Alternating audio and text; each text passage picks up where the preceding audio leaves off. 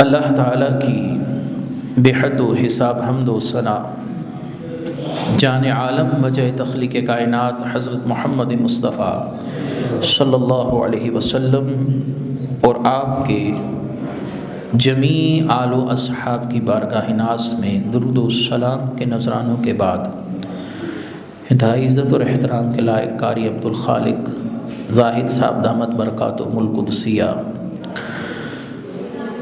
اور اس بابرکت اجتماع میں تشریف لانے والے انتہائی عزت اور احترام کے لائق سامعین ذی قدر، میرے دوستوں، بزرگوں، بھائیوں، عزیز بچوں،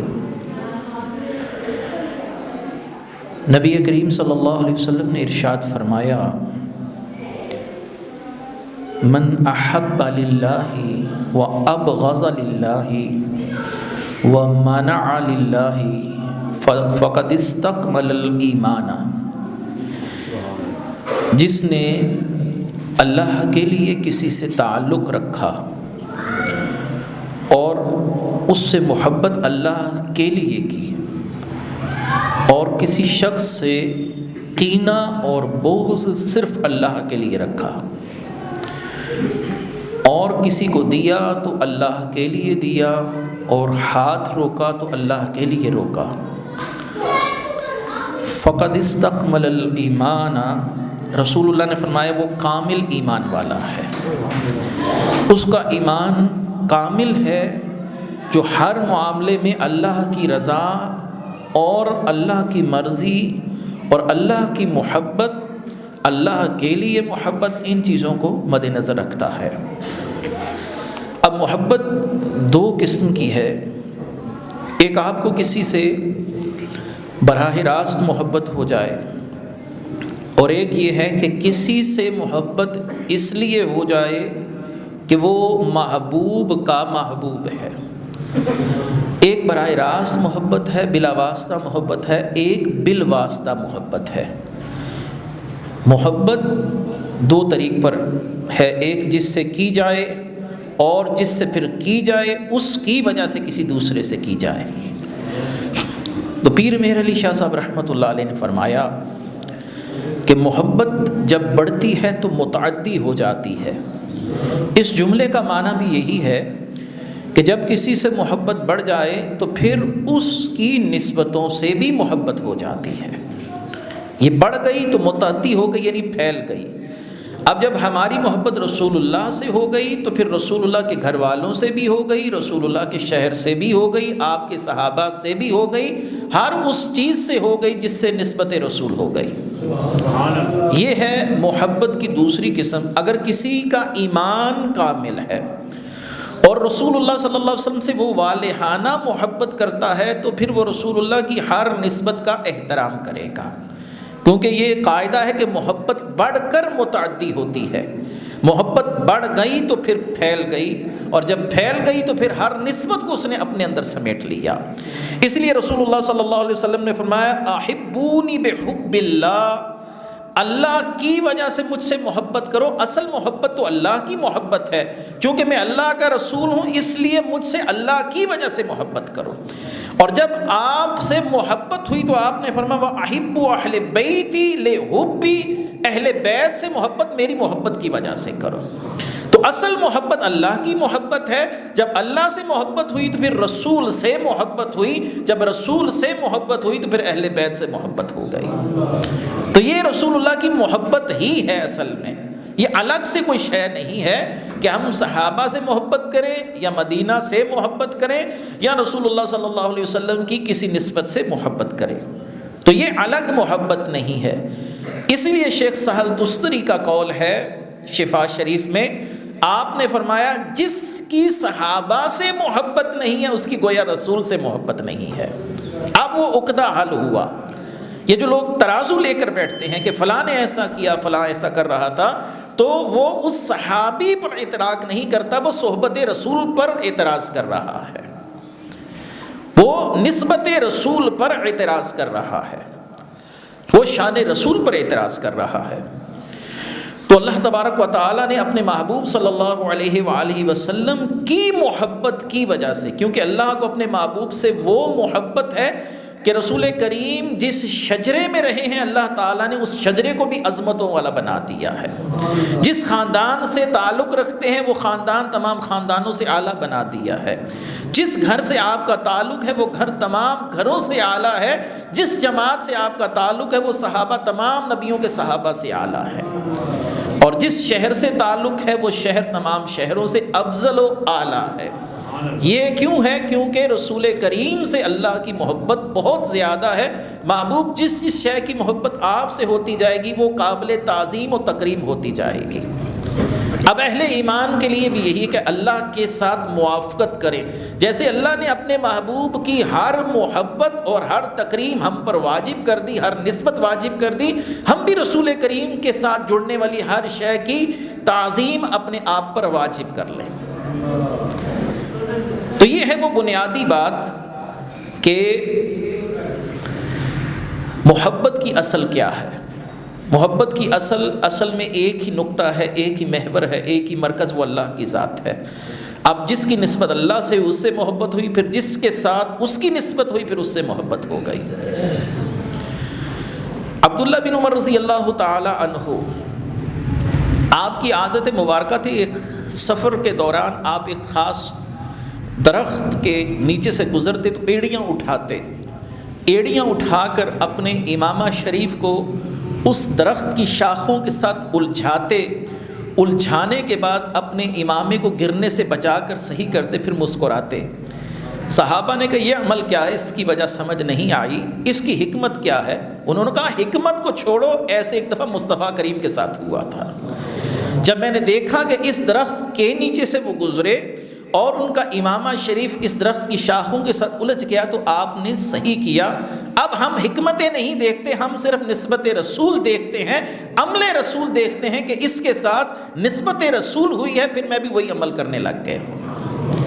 حضرت عثمان غنی وضو کر کے نکلتے ہیں اور آسمان کی طرف انگلی شہادت کی بلند کی، دعا پڑھی، کلمہ پڑھا اور مسکرا دیے.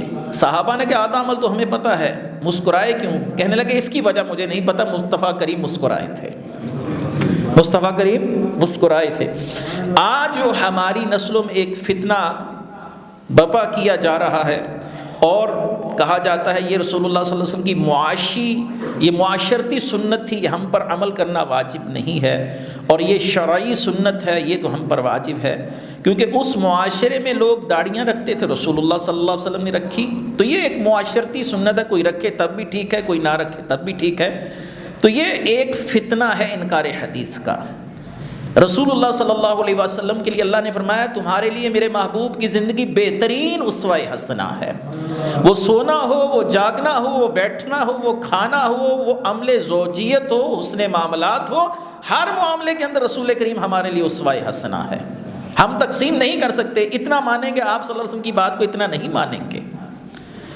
اگر ان تقسیم کار کو دیکھا جائے تو ظاہری سی بات ہے اس دور میں جو کھانا کھایا جاتا تھا وہ بھی معاشرتی طریق پر کھایا جاتا تھا. اس زمانے کا ایک رجحان تھا یہ والا کھانا کھایا جائے گا. تو پھر علماء کرام نے کدو شریف کی توہین کرنے کو کفر کیوں قرار دیا؟ اور وجہ یہ بیان کی یہ مصطفیٰ کریم کے ساتھ نسبت رکھتا ہے، مصطفیٰ کریم کو پسند تھا. یہ نہیں ہے یہ معاشرتی سنت تھی، یہ کھانے کا معاملہ ہے، یہ ایک الگ شرعی سنت نہیں ہے، یہ ایسی چیز نہیں ہے، ویسی چیز نہیں ہے. صحابہ کے لیے کوئی تقسیم نہیں تھی، یہ معاشرتی سنت ہے، یہ شرعی سنت ہے. صحابہ کرام رسول اللہ کو عمل کرتے دیکھتے تھے، حکمت نہیں پوچھتے تھے، پر پھر وہی کام کیا کرتے تھے. انس بن مالک رضی اللہ تعالی عنہ آپ کے سامنے کھانا آیا تو کھانا سامنے لے کر آپ نے اس کے اندر اپنی انگلیوں کے ساتھ سالن کو ٹٹولنا شروع کر دیا اور اس میں سے کدو شریف نکال کر کھا رہے ہیں. تو زوجہ نے کہا ایسے کدو شریف کھانے کی کیا وجہ ہے؟ روٹی کا انتظار تو کر لیجئے. فرمانے لگے ہم نہیں جانتے مصطفیٰ یوں ہی کھایا کرتے تھے، ہم نہیں جانتے. ان کے لیے کوئی تقسیم نہیں تھی، یہ معاشرتی سنت ہے، یہ شرعی سنت ہے. ان کے لیے ہر عمل مصطفیٰ قابل تقلید تھا. یہ جو امت کو آدھے سے آدھا دین صاف کیا جا رہا ہے، ایسا نہیں کرنا چاہیے، ایسا کرنا چاہیے، یہ سنتیں ہیں اور یہ نہیں پڑھنی چاہیے جو فرض ہیں. میں نے کل ایک بد مذہب کو سنا، اس نے کہا اصل میں نمازیں جو ہیں وہ 5 ہیں. اصل میں نمازیں 5 ہیں، اور ان 5 نمازوں میں جو فرائض ہیں صرف وہی نماز ہے۔ نہ وطر کو نماز کہا جا سکتا ہے، نہ سنت کو نماز کہا جا سکتا ہے، نہ سنت غیر موقدہ کو نماز کہا جا سکتا ہے، تراویح بھی نماز نہیں ہے۔ اس نے کہا یہ تو ایک نفل نماز تھی، رسول اللہ صلی اللہ علیہ وسلم پڑھتے تھے، امت کے لیے یہ واجب نہیں، رسول اللہ کے لیے واجب تھی۔ اب اس نے یہ فتنے کا دروازہ کیوں کر کھولا؟ اسی لیے کہ یہ امت ذہنی طور پر منتشر ہو اور انکار حدیث کا دروازہ کھلے۔ رسول کریم صلی اللہ علیہ وسلم کا ہر عمل قابل تقلید ہے۔ اگر یہ امت پر بوجھ ہوتا تو رسول اللہ صلی اللہ علیہ وسلم منع فرما دیتے کہ تم یہ سنتیں نہ پڑھا کرو، یہ تم پر بوجھ ہے۔ جب آپ کو پتہ میرے صحابہ میری تقلید کرتے ہیں، سنتیں پڑھتے ہیں، تو آپ دیکھ کر خوش ہوتے تھے، اس بات پر آپ پریشان نہیں ہوتے تھے۔ تو بہرحال یہ ایک الگ فتنہ ابھی جنم لے رہا ہے۔ آج کی جو گفتگو ہے اس کا مرکزی طور پر جو معاملہ ہے وہ حضرت علی رضی اللہ تعالیٰ عنہ کی بارگاہ میں گلہائے عقیدت پیش کرنا ہے۔ حضرت علی رضی اللہ تعالیٰ عنہ کے جو والد ہیں جناب ابو طالب، یہ رسول اللہ صلی اللہ علیہ وسلم کے سگے چچا تھے، کثیر العیال تھے، بچے زیادہ تھے اور غربت غالب تھی۔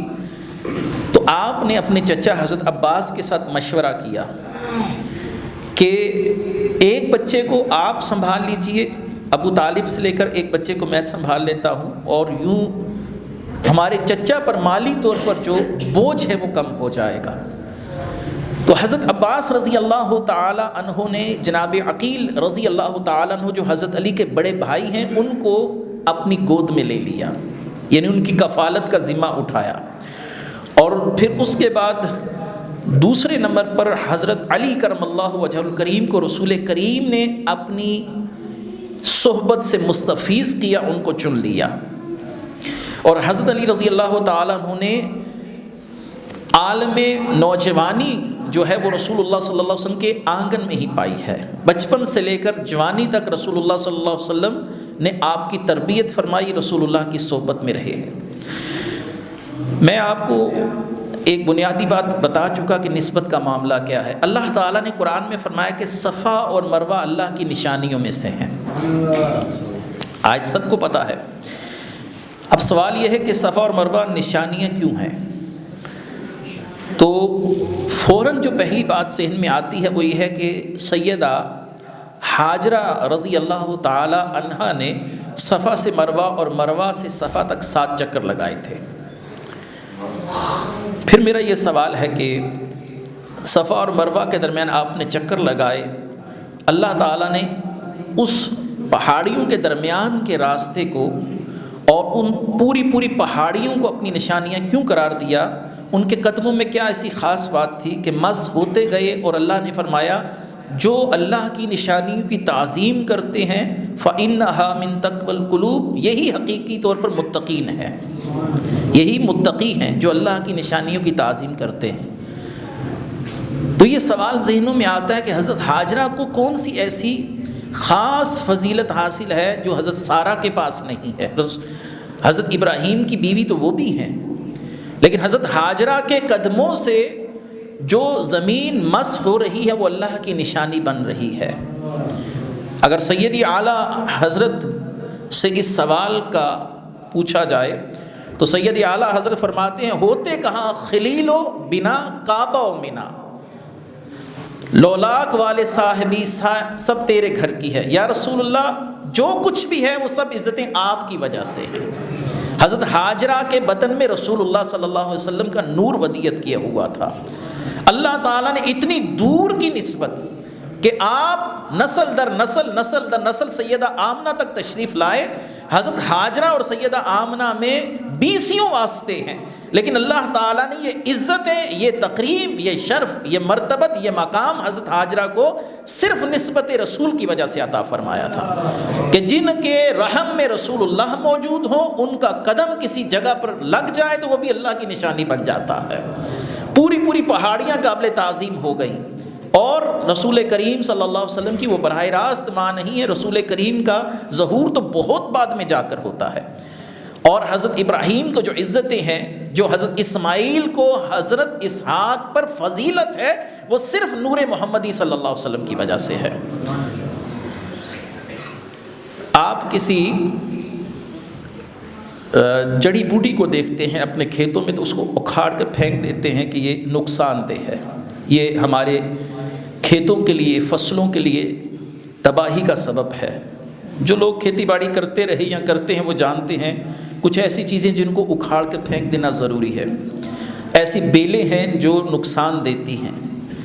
ایک بیل ایسی ہے جو قابل قیمت بھی ہے، قابل عزت سمجھی جاتی ہے، وہ خربوزے کا پھل کی بیل ہے کہ وہ زمین پر پھیلی ہوتی ہے اور اس کی نگہداشت کی جاتی ہے۔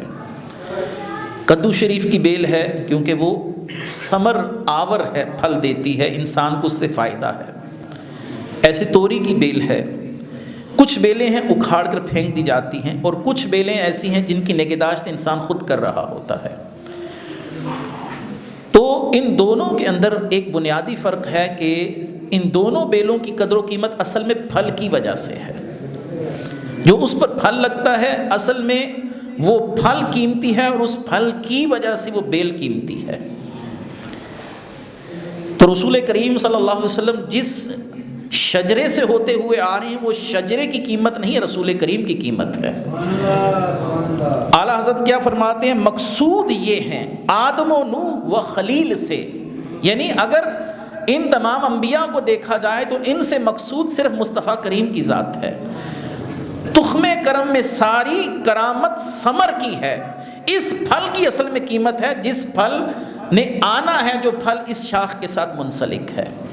اچھا، رسول کریم صلی اللہ علیہ وسلم کی وجہ سے سیدہ ہاجرہ کو عزت ہے، سید ہاجرہ کی وجہ سے صفا و مروہ کو عزت ہے۔ رسول کریم صلی اللہ علیہ وسلم کا ابھی براہ راست لمس بھی نہیں ہے صفا و مروہ کے ساتھ، لیکن وہ قابل عزت ہو گئیں۔ خود سوچئے کہ وہ صحابہ و اہل بیت کتنی عزتوں والے ہیں، کتنی بڑی اللہ کی نشانیاں ہیں جن کو رسول کریم چھوتے بھی ہیں، کسی کے کندھوں پر سوار بھی ہوتے ہیں، اور کوئی رسول کریم کی گود میں سر رکھ کے سوتا ہے۔ رسول کریم کسی کے رحم میں ہو تو اس کے قدموں سے جگہ شاعر اللہ بن جائے، تعظیم اور تکریم کے قابل ہو جائے۔ تو مولا علی کی عظمتیں کیا ہو کہ مولا علی نے فرمایا جب مکہ فتح ہوا تو رسول کریم صلی اللہ علیہ وسلم نے مجھے اپنے کندھوں پر بٹھایا اور فرمایا کہ بتوں کو تو توڑ۔ فرمانے لگے مجھے یوں محسوس ہوا کہ میرا سر 7ویں آسمان میں جا پہنچا ہے۔ کتنی عظمتیں ہیں مولا علی کی کہ رسول کریم کندھوں پر اٹھا رہے ہیں، تو خود کتنی بڑی اللہ کی نشانی ہوں گی کہ جن کو رسول کریم اپنے کندھوں پر سوار کر رہے ہیں۔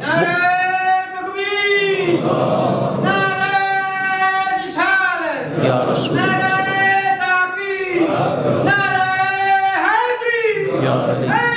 یا علی۔ رسول کریم صلی اللہ علیہ وسلم گود میں سر رکھ کر آرام کرتے ہیں، وہ صدیق اکبر اللہ کی کتنی بڑی نشانی ہوں گے۔ اللہ نے فرمایا جو اللہ کی نشانیوں کی تعظیم کرتے ہیں وہی متقی ہیں۔ متقی ہونے کا معیار اللہ نے بیان کر دیا، کسی انسان سے نہیں پوچھا گیا بلکہ بتایا گیا ہے جو نسبتوں کا احترام کرے، اور نسبت بھی اتنی دور کی ہو کہ مصطفیٰ کریم نے ابھی دنیا میں آنا ہے، 20 شجرے میں افراد ہیں، تو جو لوگ براہ راست مصطفیٰ سے جڑ گئے، آپ سے ہاتھ ملاتے ہیں، آپ کا لمس محسوس کرتے ہیں، آپ کی خوبصورت گفتگو سنتے ہیں، وہ اہل بیت، وہ صحابہ کتنی عظمتوں والے ہیں۔ اسی لیے تو اللہ تعالیٰ نے سورہ والعادیات کے اندر فرمایا کہ ان گھوڑوں کے سموں سے نکلنے والی چنگاریوں کی قسم ہے محبوب جو آپ کے غلاموں کے گھوڑے ہیں۔ تو گھوڑوں کو کون سی خاص ایسی شان اور رفت اس مقام پر لے کے گئی کہ اللہ ان کے سموں سے نکلنے والی چنگاریوں کی قسم کھا رہا ہے؟ تو سادہ سا جواب ہے کہ گھوڑوں کے سموں کی نسبت گھوڑوں کی ٹانگوں سے ہے، گھوڑوں کی ٹانگوں کی نسبت گھوڑوں سے ہے، گھوڑوں کی نسبت صحابہ کرام کے ساتھ ہے، اور صحابہ کی نسبت مصطفیٰ کریم صلی اللہ علیہ وسلم کے ساتھ ہے۔ میں نے آپ کو پہلے کا جب محبت کمال پر پہنچتی ہے تو پھر محبوب سے منسلک ہر چیز اچھی لگنے لگتی ہے۔ اللہ تعالیٰ کو اپنا محبوب عزیز ہے تو محبوب کے صحابہ بھی عزیز ہیں، محبوب کے گھر والے بھی عزیز ہیں۔ پھر یہیں تک یہ معاملہ نہیں رکا بلکہ محبوب کے صحابہ جن گھوڑوں پر بیٹھے ان گھوڑوں کے سموں سے نکلنے والی چنگاریاں بھی عزیز ہیں، اور خود رب کریم ان چنگاریوں کی قسمیں قرآن میں کھا رہا ہے۔ والعادیات ضبحا فالموریات قدحا۔ یہ کیا ہے اس کا معنی؟ اللہ تعالیٰ نے فرمایا ان گھوڑوں کے سموں سے نکلنے والی چنگاریوں کی قسم، یا اللہ تو رب کریم ہے، تجھے گھوڑوں کی چنگاریوں، جو سموں کی چنگاریوں کی قسموں کی کیا ضرورت ہے؟ اللہ تعالیٰ نے فرمایا یہی سمجھا رہا ہوں، محبوب کی نسبت ہو جائے، میں ان سب کا احترام کرتا ہوں۔ تو آقا کریم صلی اللہ علیہ وآلہ وسلم کے آنگن میں جوان ہوئے، بہت بڑی اللہ کی نشانی ہے، رسول کریم کا لمس محسوس کیا۔ آپ نے ایک حدیث سنی ہے کہ جب اہل ذکر کرتے ہیں تو ان کی صحبت میں جو آ کر ایک لمحے کے لیے بیٹھتا ہے تو اس لمحے میں اس کا بیٹھنا اللہ کی بارگاہ میں ایسا مقبول ہے کہ اللہ تعالیٰ فرماتے ہیں ہم القوم لا یشقی بہم جلیسہم، کہ اہل ذکر کے ساتھ جو ایک ساتھ بیٹھ گیا محروم میں اسے بھی نہیں رہنے دیتا۔ یہ بیٹھے نہیں ہیں، مصطفیٰ کریم صلی اللہ علیہ وسلم کے پیچھے نمازیں پڑھتے رہے ہیں، آپ صلی اللہ علیہ وسلم کی معیت میں عمرہ اور حج کرتے رہے ہیں، آپ صلی اللہ علیہ وسلم کے چہرہ بدوحا کی ہر وقت زیارت کرتے رہے ہیں۔ تو تمام کے تمام لوگ، چاہے اہل بیت ہوں چاہے صحابہ ہوں، یہ سب ہمارے لیے صاحبان عظمت ہو گئے ہیں۔ اگر ولی کی صحبت میں بیٹھنے والا صاحب عزت ہو جاتا تو یہ لوگ کتنے صاحب عزت ہوں گے جو رسول کریم کی صحبت میں بیٹھتے رہے ہوں گے۔ مولا علی کے لیے ایک غلط عقیدہ اور نظریہ جو ہے وہ پرموٹ کیا جاتا ہے کہ اہل سنت کے ہاں مولا علی کرم اللہ وجہ الکریم کو وہ عزت اور تکریم نہیں دی جاتی جو ہونی چاہیے۔ یہ بالکل غلط بات ہے۔ میں سب سے بڑی مثال ایک دوں گا کہ جو مولا علی کرم اللہ وجہ الکریم کے ساتھ اہل سنت کی محبت اور اہل سنت کی عقیدت کا واضح ثبوت ہے۔ اہل سنت کی سب سے مشہور کتاب بخاری شریف ہے، اور امام بخاری رحمۃ اللہ علیہ کے شاگرد جلیل ہیں امام ترمذی رحمۃ اللہ علیہ، جو سنن ترمذی ہے۔ اور امام ترمذی رحمۃ اللہ علیہ نے اپنی سنن ترمذی میں، اور یہ وہ ترمذی شریف ہے جس کو امام بخاری نے پورا پڑھا ہوا ہے۔ امام ترمذی فرماتے میں نے یہ کتاب امام بخاری کو پوری پڑھوائی ہے، اور آپ نے تمام کی تمام احادیث کو پڑھ کر ان پر اطمینان قلب ظاہر فرمایا ہے کہ میں ان سے متفق ہوں، اطمینان قلب ہے مجھے۔ اسی ترمذی کے اندر حدیث موجود ہے کہ مولا علی سے محبت کرنا یہ ایمان ہے، اور ان سے بغض رکھنا یہ منافقت ہے۔ یہ اہل سنت کی کتاب ہے، اور اہل سنت صرف ایک بات کہتے ہیں، اہل سنت کہتے ہیں کہ مولا علی اس بات کے محتاج نہیں ہے کہ جھوٹ بول کر ان کی شان بیان کی جائے۔ مولا علی کرم اللہ وجہ الکریم کے دور میں ہی آپ کے لیے جھوٹے عقائد و نظریات کی گفتگو شروع ہو چکی تھی، جس سے خود مولا علی بڑے رنجیدہ بھی تھے، پریشان بھی تھے، اور اس فتنے کو دبانے کے لیے پرعزم بھی تھے۔ رسول کریم صلی اللہ علیہ وسلم نے اپنی زندگی میں فرمایا تھا، علی آپ عیسیٰ علیہ السلام کی طرح ہیں، آپ کی مشابہت ہے عیسیٰ علیہ السلام کے ساتھ۔ عیسیٰ علیہ السلام کے لیے دو گروہ ہیں، ایک حد سے تجاوز کرنے والا اور ایک حد سے زیادہ کمی کرنے والا۔ علی آپ کے لیے بھی دو گروہ ہیں، ایک حد سے زیادہ تجاوز کرے گا اور وہ فرقہ رافضیوں کا ہے، نصیری ہیں جو حضرت علی کو خدا کہتے ہیں، اور دوسرا فرقہ خوارج کا ہے جو حضرت علی کے مسلمان ہونے کے بھی قائل نہیں ہے۔ رسول کریم نے دونوں فرقوں کو گمراہ اور ہلاکت میں ڈلنے والا کہا ہے، دونوں فرقے ہلاکت میں مبتلا ہو جائیں گے۔ آپ نے فرمایا جیسے عیسیٰ کے لیے یہودی ہیں کہ عیسیٰ علیہ السلام کو نبی ہی نہیں مانتے، اور عیسائی ہیں کہ حضرت عیسیٰ کو اللہ کا بیٹا مانتے ہیں۔ اہل سنت وہ پیارا مذہب ہے، وہ فرقہ ہے، وہ مسلک ہے کہ جس میں اعتدال ہے، کہ جو رسول کریم نے ہمیں حضرت علی کی شانیں منوائی ہیں ہم وہ آنکھیں بند کر کے تسلیم کرتے ہیں۔ یہ بخاری شریف کی حدیث ہے کہ رسول کریم نے فرمایا کہ صبح میں جھنڈا اس کو دوں گا خیبر کا قلعہ فتح کرنے کے لیے جس سے اللہ اور اس کا رسول بہت محبت کرتے ہوں گے۔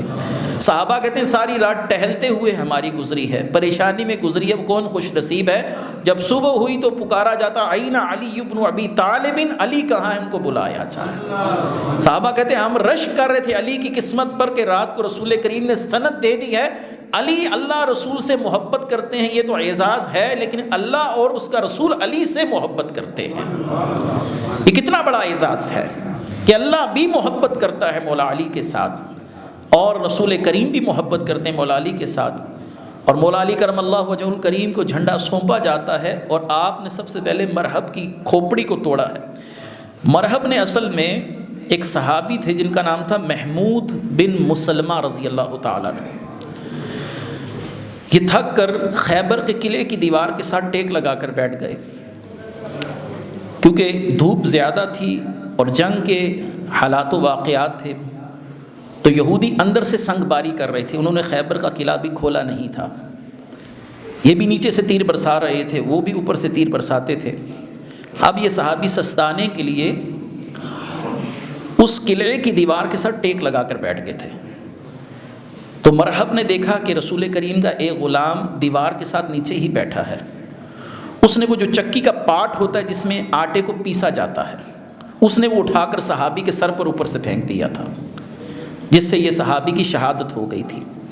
رسول کریم صلی اللہ علیہ وسلم کو اس بات کا بہت دکھ تھا کہ ہمارے ایک صحابی کو اس طریقے سے شہید کیا گیا ہے، جن کا نام محمود بن مسلمہ ہے۔ تو آپ صلی اللہ علیہ وسلم نے صحابی کا بدلہ لینے کے لیے اہل بیت میں سے ایک فرد کو کھڑا کیا تھا، تاکہ سمجھ آ جائے کہ صحابہ پر جب کوئی بات آئے اور ان کا دفاع کرنا یہ خود علی کی سنت ہے۔ مولا علی کو منتخب کیا گیا تھا۔ یہ مرحم کو مارا یہ تو سب جانتے ہیں، لیکن مارا کیوں تھا؟ یہ محمود بن مسلمہ رضی اللہ تعالیٰ عنہ کی وجہ سے مارا تھا۔ اور جب مولا علی اس کا سر کاٹ کر واپس لوٹ رہے تھے، رسول کریم صلی اللہ علیہ وسلم نے محمود بن مسلمہ کے بھائی محمد بن مسلمہ سے کہا، مبارک ہو علی، تیرے بھائی کے قتل کا بدلہ لے کر آ رہا ہے۔ محمد بن مسلمہ رضی اللہ تعالیٰ کو رسول کریم مبارک باتیں دے رہے تھے کہ تیرے بھائی کے خون کا بدلہ لے لیا گیا ہے۔ تو معلوم ہوا کہ اگر ایک پر بات آئی، اگر بات آئی ہے اہل بیت پر، تو خود صدیق اکبر کیا بولتے ہیں؟ آپ نے فرمایا، اے لوگو، رسول کریم کے گھر والوں سے محبت کرو کیونکہ وہ رسول کریم کے گھر والے ہیں۔ ابو ہریرہ رضی اللہ تعالیٰ عنہ مشہور صحابی ہیں، جب کہیں دیکھتے کہ حسین رضی اللہ تعالیٰ عنہ کھیل رہے ہیں تو اپنے امامے کے پلو سے ان کا پاؤں صاف کیا کرتے تھے۔ لوگوں نے کہا بچے کے پاؤں اپنے امامے کے پلو سے، آپ نے فرمایا تم جانتے نہیں یہ جنتی نوجوانوں کے سردار ہیں۔ اللہ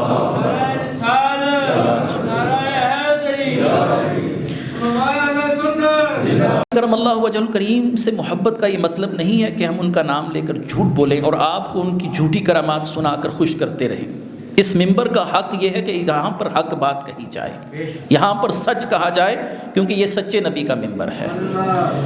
اور رسول کریم صلی اللہ علیہ وسلم کی یہ حدیث متواتر حدیث ہے کہ غزوہ تبوک کا موقع ہے اور مسلمانوں کو ہزاروں میل دور جا کر عیسائیوں کے ساتھ جنگ کرنی ہے، اور حالات کھانے کے یہ ہیں کہ کھانے کے لیے ایک ایک صحابی کے پاس صرف 2 یا ایک کھجور ہے، اور قہر کی گرمی ہے اور قحط کا عالم یہ ہے کہ صحابی کھجور کھا کر اس کی گھٹری کو چوستے رہتے تھے۔ یہ وہ جماعت ہے جو رسول کریم کے ساتھ جا رہی ہے۔ تو نبی کریم صلی اللہ علیہ وآلہ وسلم کو ایک صحابی نے پانی دیا تو اس پانی میں ایک بال تیر رہا تھا، تو آپ صلی اللہ علیہ وسلم نے جب دیکھا اس میں بال ہے تو چہرے کے آثار دیکھ کر صحابی نے فوراً 2 انگلیوں سے بال کو باہر نکال لیا۔ تو رسول کریم نے فرمایا اللہ تیرے چہرے کو سلامت رکھے۔ جس نے ایک بال کا معاملہ کیا اللہ اس کے چہرے کو سلامت رکھے۔ جو تپتی دھوپ میں مصطفیٰ کے ساتھ جا رہے ہیں، مصطفیٰ کی کرم نوازی ان لوگوں پر کتنی زیادہ ہوں گی۔ اور تبوک کے موقع پر مولا علی کو پیچھے چھوڑا گیا ہے، اے علی آپ پیچھے مدینے میں رہیے، خواتین کا خیال رکھیے، بچوں کا خیال رکھیے، معذور افراد ہیں ان کا خیال رکھیے، بوڑھے لوگ ہیں ان کا خیال رکھیے، ہمارے ساتھ نہیں جا سکتے۔ مولا علی کرم اللہ وجہ الکریم کی عادت نہیں تھی میدان جنگ سے پیچھے رہنا، تو اس بات پر بڑے پریشان ہوئے، رسول اللہ کی بارگاہ میں التماس کرتے مجھے بچوں کے لیے چھوڑ کر جا رہے ہیں۔ علی تو وہ ہے جو میدان جنگ میں اتر کر لڑنا پسند کرتا ہے۔ آپ صلی اللہ علیہ وسلم نے فرمایا علی پریشان نہ ہو، انت منی بمنزلۃ ہارون، تو میرے لیے ایسے ہی ہے جیسے موسیٰ کے لیے ہارون تھے۔ ہارون کو پیچھے قوم کی نگہداشت کے لیے حضرت موسیٰ چھوڑ کر گئے تھے، اور حضرت موسیٰ جب کوہ طور پر گئے 40 دن کے لیے تو ان کی امت کو پیچھے سے حضرت ہارون نے ہی سنبھالا تھا۔ تو یہ آپ کے لیے کوئی کم بات نہیں ہے کہ آپ کو میں اپنی پچھلی امت کے لیے، اپنے لوگوں کے لیے نگہداشت کے لیے چھوڑ کر جا رہا ہوں۔ تو مولا علی کو تسلی ہو گئی، انت منی بمنزلۃ ہارون، آپ میرے بعد ایسے ان کا خیال رکھیں گے جیسے ہارون نے قوم یہود کا خیال رکھا تھا۔ یہ حدیث بھی مولا علی کرم اللہ وجہ الکریم کے بہت سے فضائل و کمالات کی طرف اشارہ کرتی ہے۔ روافض اس کا مطلب تو الٹا لیتے ہیں، لیکن اہل سنت اسے مولا علی کی فضیلت کے باب میں ایک اہم حدیث مانتے ہیں۔ اور آپ صلی اللہ علیہ وآلہ وسلم نے ایک دفعہ مولا علی کو کسی کام کے لیے مدینے سے باہر بھیجا، تو مدینے میں ایک وبا تھی، ہر شخص بخار میں مبتلا تھا، تو آپ صلی اللہ علیہ وسلم بھی بخار میں مبتلا ہو گئے، بخار شروع ہو گیا آپ کو، اور بخار اتنا حدت والا تھا کہ آپ صلی اللہ علیہ وسلم بار بار پوچھتے تھے اپنی ازواج سے، علی واپس تو نہیں آئے؟ ازواج کہتے تھے ابھی تک تو واپس نہیں پہنچے ہیں۔ تو نبی کریم صلی اللہ علیہ وسلم کی دعا جو ازواج مطہرات بیان کرتی ہیں، فرماتی ہیں کہ رسول اللہ دعا کرتے یا اللہ مجھے موت نہ دینا جب تک علی کا چہرہ نہ دیکھ لوں، مجھے موت نہ دینا جب تک علی کا چہرہ نہ دیکھ لوں۔ ہم سے لوگ دعائیں لیتے ہیں، دعا کریں جی وقت نظر رسول اللہ کا دیدار ہو جائے، اور رسول کریم کہہ رہے ہیں یا اللہ مجھے علی کا دیدار ہو جائے۔ کتنی بڑی دعا ہے کہ علی کرم اللہ وجہ الکریم کا کیا مقام ہے اور کیا فضیلت ہے، کیا مرتبت ہے۔ اور ایک گفتگو، ایک رافضی عالم نے ایک بات کہی کہ جی بخاری شریف میں اہل سنت کی کتابوں میں لکھا ہے کہ ہم حضرت علی سے علم نہیں لیتے، تو میرے لیے یہ حوالہ بڑا باعث تعجب تھا۔ میں نے پھر اس کو جواب بھی دیا، سوشل میڈیا پر موجود ہے کہ اس نے جھوٹ بولا۔ وہ علامہ ابن سیرین ہیں جو مشہور تابعی ہیں کہ ہم حضرت علی رضی اللہ تعالیٰ عنہ کا علم نہیں لیتے۔ اس قول کا مطلب کیا ہے؟ اور یہ جو مولا علی کرم اللہ وجہ الکریم کے لیے اہل سنت کے نظریے کو بگاڑ کر سوشل میڈیا پر پیش کر رہا ہے، اس کی وجہ کیا ہے؟ جب میں نے تحقیق شروع کی تو تحقیق کرتے ہوئے کچھ عجیب و غریب حقائق میری نظر سے گزرنا شروع ہوئے۔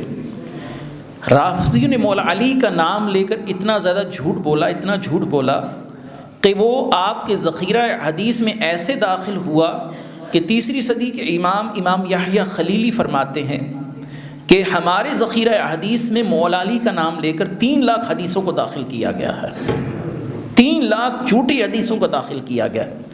اب علامہ ابن سیرین کے کہنے کا مطلب تھا وہ روایت جو مولا علی سے آئے ہم اس وقت تک نہیں لیتے جب تک امام اہل سنت کوئی حدیث کا امام تائید اور تصدیق نہ کر دے واقعی یہ بات مولا علی کرم اللہ وجہ الکریم کی ہے۔ اور اتنا جھوٹ بولا گیا کہ روافض کی مشہور کتاب نہج البلاغہ مشہور کتاب ہے جس کو وہ قرآن کریم کی طرح پڑھتے ہیں، قرآن کریم جیسے ہمارے اہل سنت میں متداول ہے، مروج ہے، پڑھا جاتا ہے اور اس کو کثرت کے ساتھ دیکھا جاتا ہے اور اس کی تعلیمات کو عام کرنے کی کوشش کی جاتی ہے۔ روافض میں مولا علی کے خطبات کو نہج البلاغہ کا نام دیا گیا، یہ ان کی بنیادی کتاب ہے۔